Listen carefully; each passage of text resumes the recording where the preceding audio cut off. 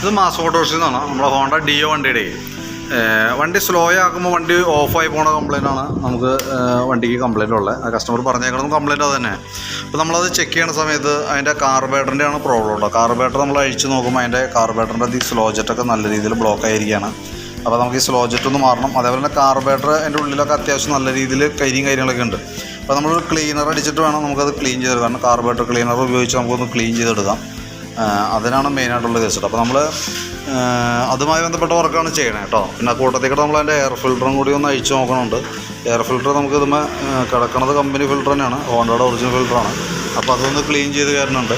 അതേപോലെ തന്നെ കൂട്ടത്തേക്കടെ നമ്മൾ ആ പ്ലഗിൻ്റെ ഭാഗം കൂടി നമ്മൾ ചെക്ക് ചെയ്യുന്നുണ്ട്. കാരണം പ്ലഗിനകത്ത് അത്യാവശ്യം ഒരു വിധം കരി അടിച്ചായിരുന്നു. ചെറിയൊരു ഓയിൽ മയത്തോട് കൂടിയിട്ടൊരു നനവും പ്ലഗുമേ ഉണ്ടായിരുന്നു. പ്ലഗ് നമ്മൾ മാറ്റണില്ല, എയർ ഫിൽറ്ററും മാറ്റണില്ല. കാർബേറ്റർ യൂണിറ്റ് മാത്രമാണ് നമ്മൾ അഴിച്ച് ക്ലീൻ ചെയ്യണത്. സ്ലോ ജെറ്റാണ് നമ്മൾ മാറ്റിയിടണം കേട്ടോ. അപ്പോൾ നിലവിൽ അത്രയും കേസാണ് ചെയ്യണത്. അപ്പോൾ ഞാൻ അതിൻ്റെ ഏകദേശം ഒരു എസ്റ്റിമേറ്റും കൂടി നോക്കിയിട്ട് അതിൻ്റെ ഡീറ്റെയിൽസ് വാട്സാപ്പിലേക്ക് ഒന്ന് സെൻഡ് ചെയ്യാം. നാളെ എന്തായാലും നമുക്ക് ഒരു 11 മണി 11:30 ആവും എന്തെങ്കിലും വർക്ക് തീരും കേട്ടോ.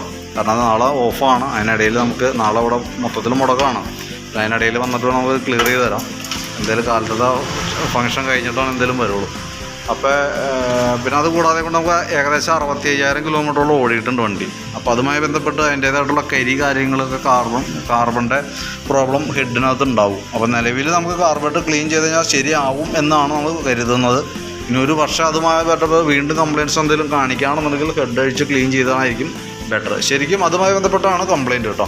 അപ്പോൾ അത് നോക്കിയിട്ട് നമ്മൾ ക്ലിയർ ചെയ്തേക്കാം. എന്തായാലും നാളെ ഒരു 11 മണിയൊക്കെ ആവും കേട്ടോ. മിനിമം ഒരു 11 മണിയെങ്കിലും ആവും തീരുമേ. ഓക്കെ.